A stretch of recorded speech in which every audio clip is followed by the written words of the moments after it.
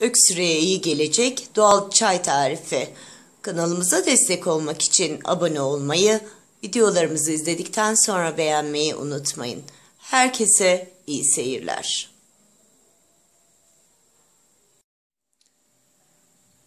Herkese merhaba arkadaşlar. Asumancı Mutfağa hoş geldiniz. Bugün sizlerle öksürük çayı yapacağız. Malum sonbahar geldi. Bu mevsimin gelmesiyle boğaz ağrısı ve öksürük de başladı. Malzemelerimizle birlikte çayımızı yapmaya başlayalım. Bir minik soğanımız var. Bu soğanın yarısını kullanacağız.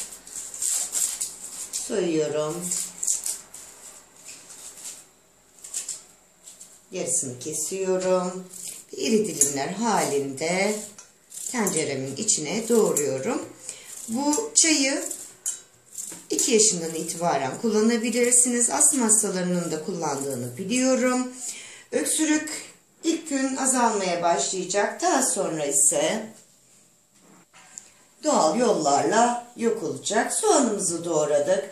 Üzerine 1 tatlı kaşığı kadar nanemi ekliyorum. Daha sonra yarım limonum var. Yarım limonumun suyunu sıkıyorum.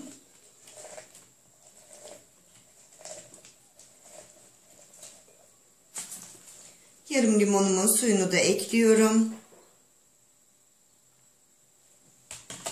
1 diş sarımsağım var. Sarımsağımı da yine soyuyorum. İri dilimler halinde doğruyorum.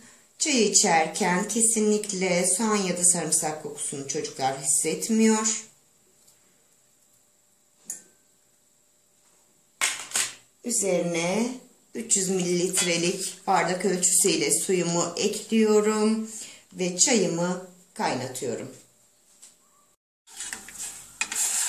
Bu çayı 2 yaşından küçük çocuklar için kullanmayın. Malum içine bal katacağız. Balın alerjik reaksiyonlar gösterdiğini bilmeniz gerekiyor. Çayın içine kattığımız herhangi bir maddeye karşı alerjiniz varsa da yine bu çayı kullanmıyorsunuz. Günde 1 bardak içiyorsunuz. 200 mililitrelik bardak ölçüsü ile çocuklarınızda ise yarım çay bardağı sabah, yarım çay bardağı akşam olacak şekilde 1 çay bardağı içirebilirsiniz. İlk gün öksürüğünüzün azaldığını, ikinci gün biraz daha azaldığını, üçüncü gün ise tamamen öksürüğünüzün yok olduğunu göreceksiniz. 3-4 dakika kadar kaynadıktan sonra ocağımızın altını kapatıyoruz. 1 yemek kaşığı balı çaydanlığının içine alıyorum.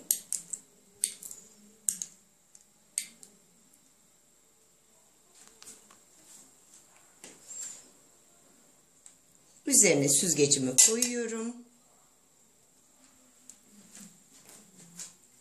İlk sıcağı gitmiş çayımı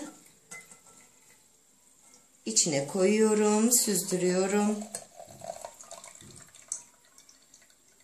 Ve çayımızı hazır hale getiriyorum. Her kullanımdan önce karıştırıyorum çünkü balın dibine çökmesini istemeyiz. Çocuklar zaten ekşi bir şey içmek istemez. Hafif limondan dolayı ekşimsi bir tadı var. Balla birlikte olduğu zaman ise bu ekşi tat yok oluyor. Öksürüğünüzü giderecek doğal öksürük çayınız artık servise hazırdır. Oh mis! Afiyet olsun, şifa olsun.